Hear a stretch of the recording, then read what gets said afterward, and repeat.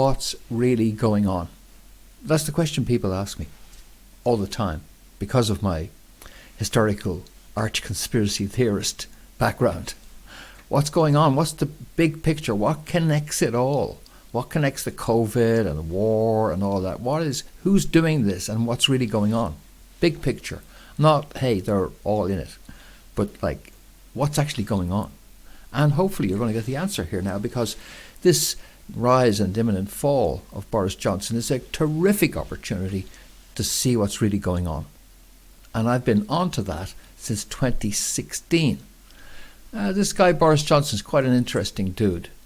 He, of course, is being engineered out of position here now, just as he was engineered in.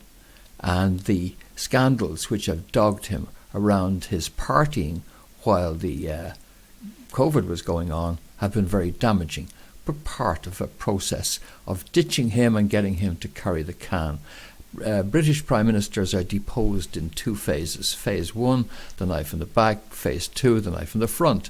So, knife in the back, 148 people came out and said they'd lost confidence in Boris. So, safe for now in the headline just about sums up where we're at in this theatre that's playing out. And it was theatre as well when Boris Johnson got the COVID. And of course he played a terrific role acting as a piece of advertising promotion for the vaccines. Boris Johnson has got an interesting background, connections to the Minister for for Health in Ireland, Stephen Donnelly, who worked for McKinsey, Stephen Donnelly that is, and his last client, the Irish Health Minister, before leaving McKinsey, was Boris Johnson. Now, McKinsey is a notorious CIA rag. It's just it's a management consultancy firm bolted onto an intelligence agency, and like everybody knows this, who knows anything, or who's an arch conspiracy theorist, and I've pointed that out along the way.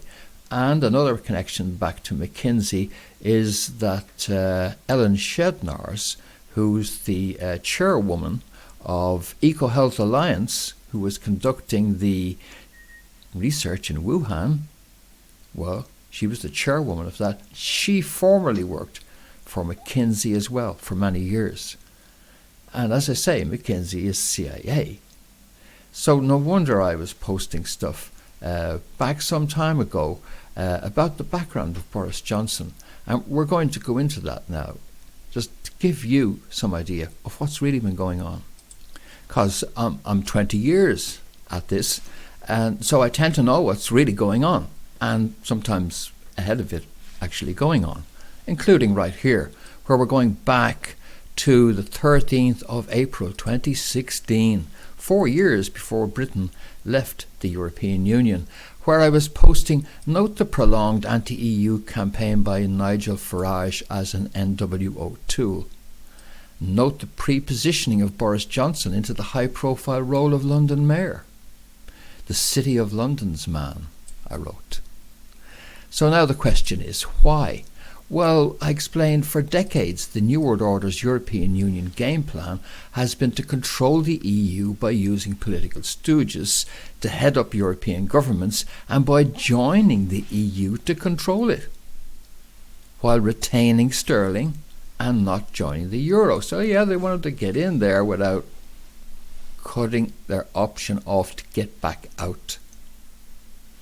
And so Nigel Farage and the general, hysteria about EU regulations, about the required bendiness of bananas, or whatever latest derision was heaped upon the EU, and the opposition to the EU superstate, these were legitimate concerns, were being fed on a sort of back burner basis to keep an exit on the boil politically in the United Kingdom should it be necessary. Turned out to be necessary, because they felt they were losing control of Europe. Europe was starting to cozy up with Russia, starting to buy oil off of Russia, starting to cozy up with China. And so they wanted out. But All of this was known. I mean, they were anticipating all of this years in advance. I wrote, when an intelligence agency is deploying human assets, media control, psyops, and the direct manipulation of the political process, which we naively call democracy, it operates on a 10-year plus time frame, steering the ship of state in the directions the NWO finds desirable is like steering a cruise liner, and it takes time for a big ship to respond. So the decision to pull out of the EU was made many years ago. So I'm writing that back in 2016 about what might really be going on.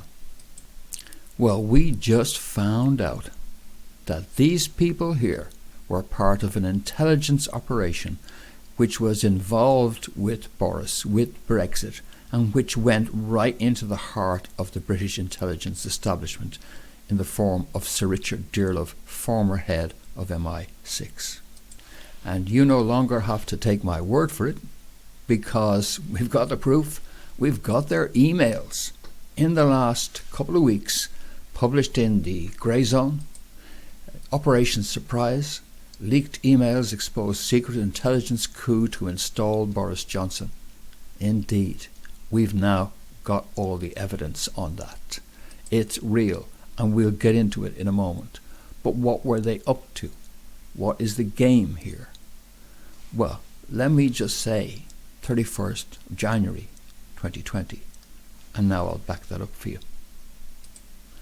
Let's just go back and check here. Brexit. On October the 17th, 2019, it's a few years after I'd written that, the British government and the EU agreed on a revised withdrawal agreement.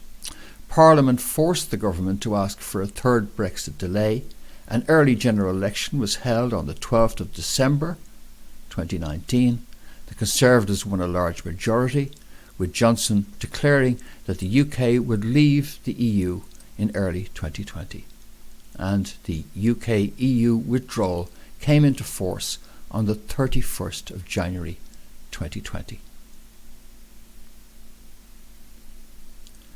Trump administration restricts entry into US from China. Travel disruption sent shocks through the stock market and rattled industries that depend on the flow of goods and people between the world's two largest economies. Published January the 31st, 2020.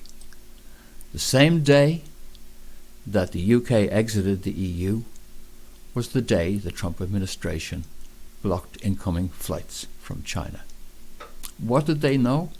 Well, apparently, word is that Peter Navarro, who was arrested in recent days, I think by the FBI or someone in justice in the US, attempting to shake him down and get him to break presidential confidentiality. He was, of course, an advisor to Donald Trump. Navarro had tipped Trump off that he needed to take this thing seriously and block traffic coming in from China, because it was dangerous, even though it was being downplayed by the WHO and others. So, fortunately, it seems,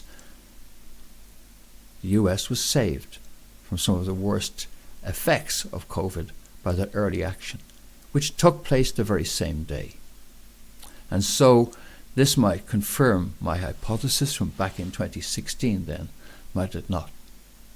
That the UK, having now decided they would part from the EU to achieve economic distance from it, was now in a position to wage, in collaboration with the neocons in the USA, a global war against the EU and Russia, which it was going to spark off by instigating conflict in Ukraine, but not until it had softened up the whole globe economically with the COVID.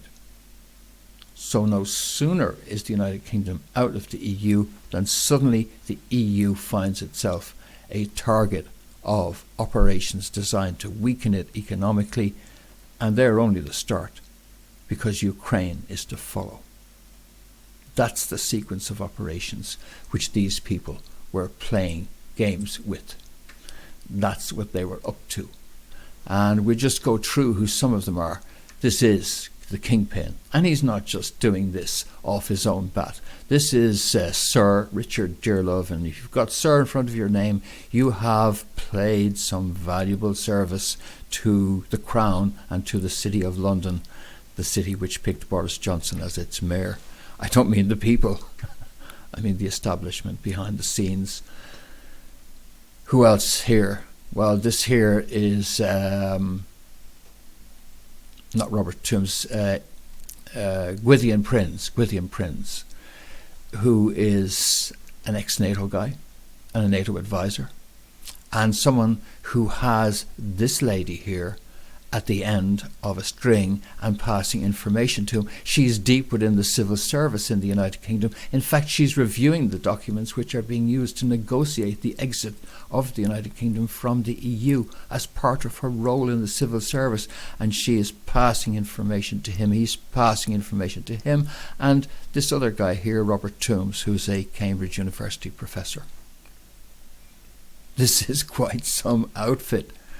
And wait till you see the stuff that they are up to. This is full-blown I Spy with My Little Eye. This guy plays like the same role as M in the Bond movies, the head of the MI6 intelligence services, except C is his designation. So this is full-on espionage, involvement in the political process, in the origins of COVID, and it's an Anglo-American hand on it all. And as I say, we've got the emails. This article, Bombshell by Kit Clarenberg, only on the 15th of May that came out. And that is an absolute must-read in full detail about how this intelligence cabal infiltrated the UK civil service thanks to the mole which it had placed inside it.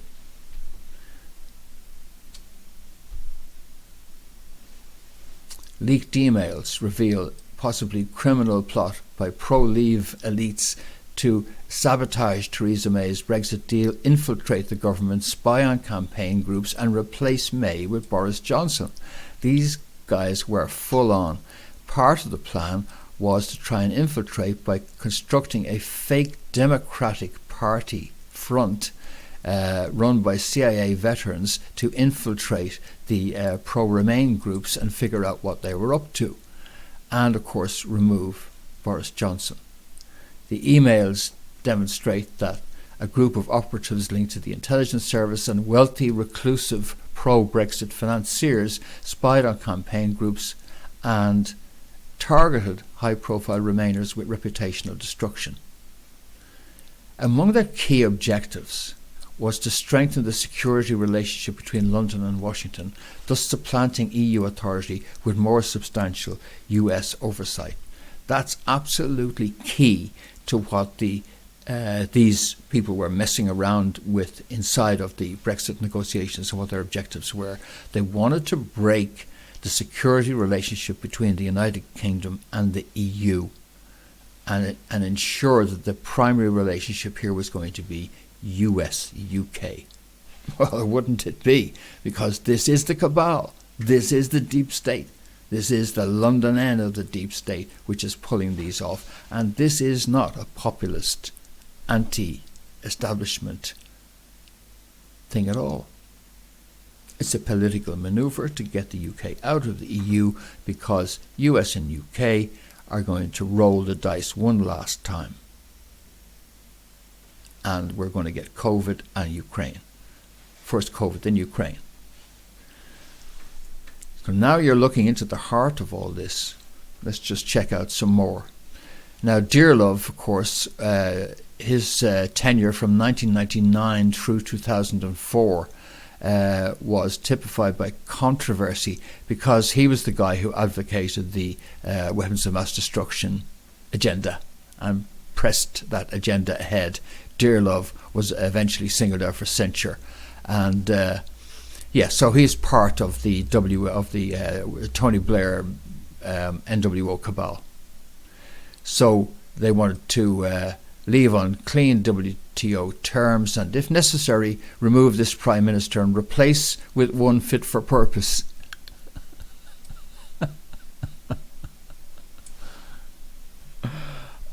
Don't you just like the chutzpah of these people? That just shows you the hollowness of the democratic process in the United Kingdom. So you can read this in full, and it was opposed to anything that would undermine the Five Eyes independence. Yeah, because Five Eyes is the intelligence apparatus of this deep state. Yeah. Funding also came from Tim and Mary Clode, an aristocratic husband and wife based in Jersey, a notorious British tax haven, and not just a notorious British tax haven, but also a notorious centre in Eau-de-la-Garenne of the abuse of young boys who were in care and who are being preyed upon by figures in the British political establishment, and whose subsequent blackmail for their association with these events involved Jimmy Savile. And these are issues which we touched upon in my interview many years ago, 2012, maybe with a Jersey political figure, Stuart Sivrett. He was minister in Jersey. He was arrested by police in Jersey because of his determination to try and look into what had happened to these boys. So these are terrible connections that these people have. These are reprehensible connections that this outfit has, and people who are involved in this. This is classic NWO. Some stooges and some absolutely hardcore. So there's the emails. The covert. Now the Lady Evelyn, who's involved in this affair, this lady here, she was. Her mother had worked for SIS, the Special Intelligence Services, during the war. So this is why she was feeding this stuff to MI6, of course. So these people were spying on. They knew everything that was going on in the exit negotiations. They were all over this, including, as reported, they would employ some former CIA colleagues to set up fake Democratic Party operation to approach the Remainers from across the seas and in New York to penetrate them. Classic espionage activities been carried out and been orchestrated by somebody who's a former head of British intelligence during the Blair era. Say no more. Everything I was saying back in 2016 is vindicated by this. If the New World Order could not control Europe, then it was out of Europe. And if it was out of Europe, it was now free to wage war in Europe and on the rest of the world. Soften it up first with COVID, an Anglo-American intelligence deep state operation, start to finish, with a former McKinsey employee, Ellen Shednard's been used as part of EcoHealth's penetration of the Wuhan lab and setting them up as a credible patsy. Of course, we're left with a situation where no one will ever prove. But you just look at what I just laid out for you there, and you look at the motivations, and you see that it fits quite well, and that it was a COVID and Ukraine plan. Having got rid of Trump, they would move on to COVID. Well, COVID would get rid of Trump and provide the security control of the population required for the sort of active phase they might need to go into next, which would include the Ukraine war. Of course, it didn't work out like that, did it? Because they got caught rigging the US system, and no doubt that will all emerge in November. And it hasn't gone well in Ukraine, and no doubt that will have all collapsed by November. So be of good heart, be of good cheer, and as far as I'm concerned, there's still the future looking so bright that I gotta wear shades, because it's not a global cabal, China, Russia, and everybody all in on it. No, it is, as I warned back in 2016 ahead of Brexit. I'm not saying it was a bad thing for the UK to get out of the EU superstate. It was, in any way, a control mechanism, just not a mechanism which was any longer under the control of the cabal, of which these people are just a small part. And that's why you're having the problems you're having. And hopefully, before too long, you won't be having those problems anymore, because politically, militarily, geoeconomically, financially, and every other way, things are about to move on. And maybe these people's last bid for power will be their last bid for it. And we'll see the back of them. I hope so too. All right, that's it for this edition of The Beautiful Truth. Thanks again for your comments in the YouTube videos, and I do appreciate the feedback, and keep it coming. And also, if there are issues that you want me to address, mention it in the comments, and I will trawl through. And any issues that or questions you want me to directly address, then I will do so in subsequent videos. Okay, thanks for joining me for this one. Hope that's helped clue you in about what's really going on, and the difference between Fintan Dunn, arch conspiracy theorist at 20 years, and the sort of rubbish that you see around, a lot of which is actually produced by the people that we're fighting against in order to throw you off the scent or fail to fully inform you of what's really, really going on, like I just did.